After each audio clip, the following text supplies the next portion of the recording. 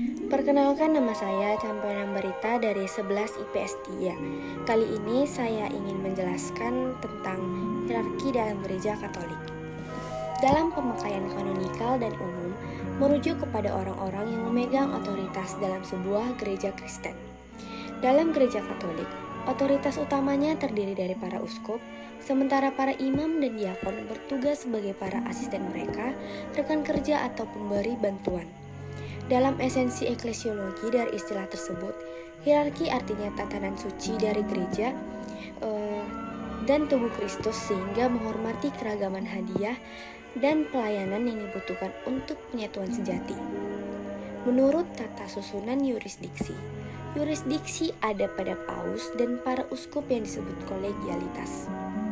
Kekasan hierarki terletak pada hubungan khusus mereka dengan Kristus sebagai gembala umat. Dasar kepemimpinan dalam gereja. Menurut ajaran resmi gereja, kepemimpinan dalam gereja diserahkan kepada hierarki sebagai pengganti para rasul. Struktur hierarkis termasuk hakikat kehidupannya juga. Perutusan ilahi yang dipercayakan Kristus kepada para rasul itu akan berlangsung sampai akhir zaman. Sebab Injil yang harus mereka wartakan bagi gereja merupakan asas seluruh kehidupan untuk selamanya. Maka dari itu, dalam himpunan yang tersusun secara hierarkis, yaitu para rasul, telah berusaha mengangkat para pengganti mereka. Maka konsili mengajarkan bahwa atas penetapan ilahi para uskup menggantikan para rasul sebagai pembala gereja. Kepada mereka itu para rasul berpesan agar mereka menjaga seluruh kawanan, tempat Roh Kudus mengangkat mereka untuk mengembalakan jemaat Allah.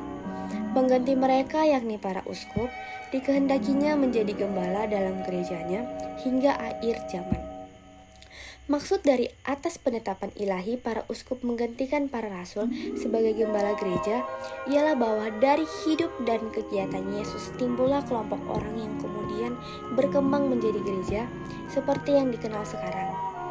Proses perkembangan pokok itu terjadi dalam gereja perdana atau gereja para rasul, yakni gereja yang mengarang kitab suci perjanjian baru. Jadi dalam kurun waktu antara kebangkitan Yesus dan kemartiran Santo Ignatius dari Antioquia pada awal abad kedua, secara prinsip terbentuklah hierarki gereja sebagaimana dikenal dalam gereja sekarang. Struktur hierarki bukanlah suatu yang ditambahkan atau dikembangkan dalam sejarah gereja. Menurut ajaran Konsili Vatikan II, struktur itu dikehendaki Tuhan dan akhirnya berasal dari Kristus sendiri.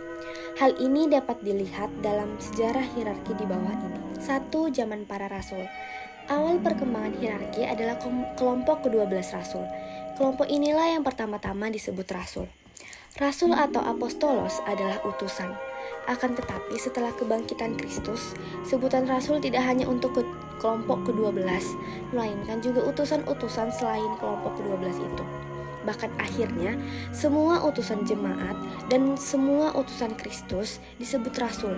Lama-kelamaan, kelompok rasul lebih luas daripada kelompok ke-12 rasul. Sesuai dengan namanya, rasul diutus untuk mewartakan iman dan memberikan kesaksian tentang kebangkitan Kristus. Yang kedua ialah zaman sesudah para rasul. Setelah ke-12 rasul tidak ada, muncul aneka sebutan seperti penatua-penatua, rasul-rasul, nabi-nabi, pemberita-pemberita Injil, gembala-gembala, pengajar, episkopos, dan diakonos. Dari sebutan itu ada banyak hal yang tidak jelas arti dan maksudnya. Namun pada akhir perkembangannya ada struktur dari gereja Santo Ignatius dari Antioquia yang mengenal sebutan penilik, penatua, dan pelayan.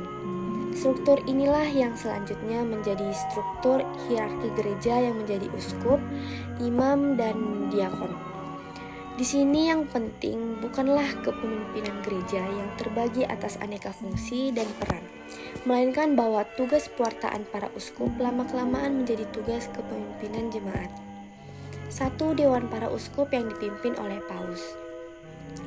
Pada akhir zaman gereja perdana, sudah diterima cukup umum bahwa para uskup adalah pengganti para rasul, seperti juga dinyatakan dalam Konsili Vatikan II. Tetapi hal itu tidak berarti bahwa hanya ada 12 uskup, karena berasal dari 12 rasul. Di sini dimaksud bukan rasul satu persatu diganti oleh orang lain, tetapi kalangan para rasul sebagai pemimpin gereja diganti oleh kalangan para uskup. Hal tersebut juga dipertegas dalam Konsili Vatikan II. Kristus mengangkat Petrus menjadi ketua para rasul lainnya untuk mengembalakan umatnya. Paus mengganti Petrus adalah pemimpin para uskup. Menurut kesaksian tradisi, Petrus adalah uskup Roma pertama. Karena itu, Roma selalu dipandang sebagai pusat dan pedoman seluruh gereja. Maka menurut keyakinan tradisi, uskup Roma itu pengganti Petrus, bukan hanya sebagai uskup lokal, melainkan terutama dalam fungsinya sebagai ketua dewan pimpinan gereja. Paus adalah uskup Roma, dan sebagai uskup Roma ia adalah pengganti Petrus dengan tugas dan kuasa yang serupa dengan Petrus. Yang kedua ialah uskup. Uskup adalah sebuah jabatan suci yang diberikan kepada seseorang yang telah menerima sakramen tahbisan tingkat ketiga. Paus adalah juga seorang uskup. Uskup Roma yang berkedudukan di Vatikan. Kekhususannya sebagai Paus bahwa dia ketua dewan para uskup. Tugas pokok uskup di tempatnya sendiri dan Paus bagi seluruh gereja adalah pemersatu. Tugas hierarki yang pertama dan utama adalah mempersatukan dan mempertemukan umat. Tugas itu boleh disebut tugas kepemimpinan dan para uskup dalam arti sesungguhnya disebut pembesar umat yang mereka bimbing. Tugas pemersatu dibagi menjadi tiga tugas khusus menurut 3 bidang kehidupan gereja. Komunikasi iman gereja terjadi dalam pewartaan, perayaan, dan pelayanan. Maka dalam 3 bidang itu para uskup dan paus untuk seluruh gereja menjalankan tugas kepemimpinannya. Di antara tugas-tugas utama para uskup pewartaan Injil lah yang terpenting. Dalam ketiga bidang kehidupan gereja, seorang uskup bertindak sebagai pemersatu yang mempertemukan orang dalam komunikasi iman. Dalam kesatuan dengan uskup inilah kita sebagai umat dapat menghindari perpecahan dan menjaga persatuan sebagaimana dikehendaki oleh Kristus. 3 ialah imam. Imam adalah seorang yang ditahbiskan oleh uskup atau menerima sakramen tahbisan tingkat kedua. Pada zaman dahulu, sebuah keuskupan tidak lebih besar daripada sekarang yang disebut paroki. Seorang uskup dapat disebut pastor kepala pada zaman itu dan imam-imam menjadi pastor pembantu. Lama-kelamaan, pastor pembantu mendapat daerahnya sendiri, khususnya di pedesaan. Makin lama daerah-daerah keuskupan makin besar. Dengan demikian, para uskup memiliki tugas dan tanggung jawab pelayanan yang semakin besar, seiring pertumbuhan dinamika umat di wilayah keuskupannya. Nah, yang keempat ialah diakon.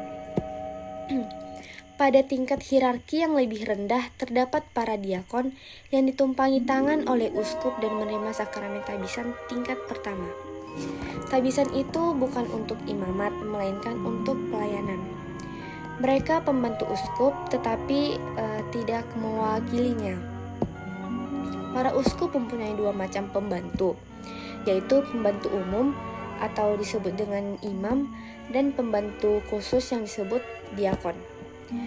Bisa dikatakan juga diakon sebagai pembantu dengan tugas terbatas. Jadi diakon juga termasuk ke dalam anggota hierarki. Berdasarkan keterangan yang telah diungkapkan di atas, fungsi khusus hierarki adalah menjalankan tugas gerejani, yakni tugas-tugas yang langsung dan eksplisit menyangkut kehidupan beriman gereja, seperti pelayanan sakramen-sakramen, mengajar, dan sebagainya. Yang kedua, menjalankan tugas kepemimpinan dalam komunikasi iman.